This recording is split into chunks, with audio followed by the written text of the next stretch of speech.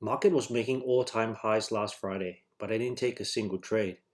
And I know most traders would have been all over this move. So why didn't I take my trade? I'll explain why. So starting from the high time frame bias, we can see since the 1st of May, NQ has been making all-time highs. You can see here as well, 27,867 previous high, broke through without any sign of retracement. We can see as well last Friday, which is the 8th of May, market broke through its previous high as well at 28,853. So now that we know that the market is trending up towards the upside, I'll be looking for longs only. So that's my high time frame bias done. Down to the 15-minute time frame as well. We can see on the 8th of May here, this is New York Eastern Standard Time during the Asian market open. Price climbed towards the upside. European market as well, pretty quiet, but price was traveling towards the upside. And during the 8:30 open, there was non-farm payroll last Friday at 8:30. Price actually breached 28,853, retraced a little bit. At 9:30 open, price has shot up, breaking through its previous high of 28,885. So, like I told you guys, because high time frame was bullish, my bias for high time frame was bullish, so I'm only looking for longs. So down on the 15-minute time frame, you can see here price didn't retrace at all during the whole trading session of, my whole trading session, which is from 9:30 to 11. And for the rest of the session, market just continued towards the upside. Okay, and we can see in the 5-minute chart here, we can see my lower time frame. I told you guys is, I look for turtle soup.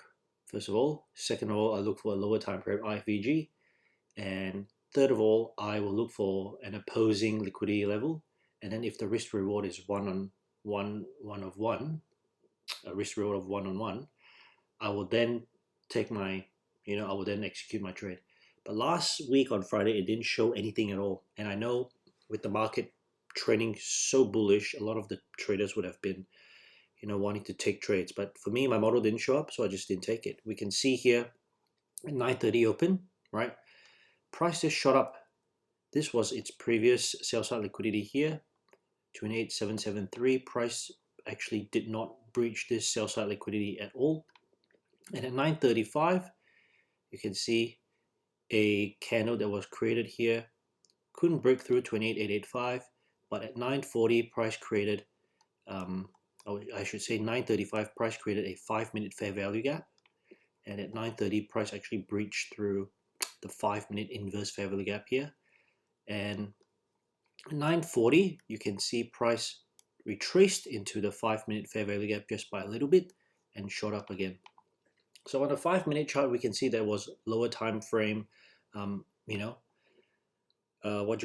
time frame. You can see that price actually respected the 5-minute fair value gap, and it also breached through the 5-minute inverse fair value gap. But why didn't I take my trade? So first of all, I execute on the 1-minute time frame. We can see as well, if I go back to the 1 minute, right? This is the 1-minute time frame. We can see market structure is not very clear. What do we mean by market structure? So when price breached through 28,885,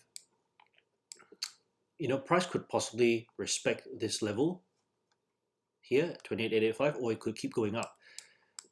During the rest of the US session, price just kept on going up without much structure, right? You can see here 9:30 to 11, that's my trading session. And there was no really a 1-minute inverse fair value gap for me to enter. I mean, I could enter the 5-minute inverse fair value gap or the fair value gap here. But if I was to put, let's say, my risk to reward, like where could I target in terms of my take profit, right? Because market, think again, like I said before, market has been making all-time highs.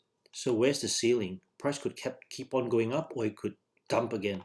So for me, in terms of putting where my take profit is, I wouldn't know where to do it. Like you can see here, if I put a trade on maybe at around, let's say here at 9:42, I could have ended the day with a nice profit here, and it didn't take that long. But if I did this, I would be going against my rules because the criteria were turtle soup, inverse fair value gap, risk of reward to 1-to-1.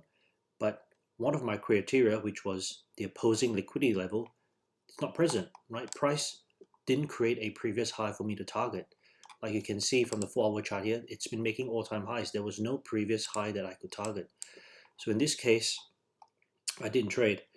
And honestly, I was quite happy because things that make a successful trader is when you follow your rules, right? There's clear high time frame buys, clean lower time frame setup, and structured readable price action. And in this case, there was, everything aligned except for the opposing liquidity level. So because of this, I decided to stick to my rules. And when another opportunity always comes up when it comes to trading, right? If you want to be a professional trader, you want to be a long-term successful trader, you got to learn how to wait. You got to learn how to preserve your capital. You got to avoid emotional trades. Just because market's making all-time highs, it doesn't mean that you should jump the gun, put in a trade. I mean, good that if you win, you get a profit, but you're going against your rules, and that will be really painful in the long run because it rewires your brain negatively, right?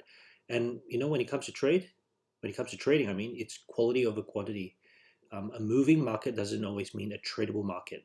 And if structure isn't clear, I'm just not willing to put my hard-earned capital and my risk in the market.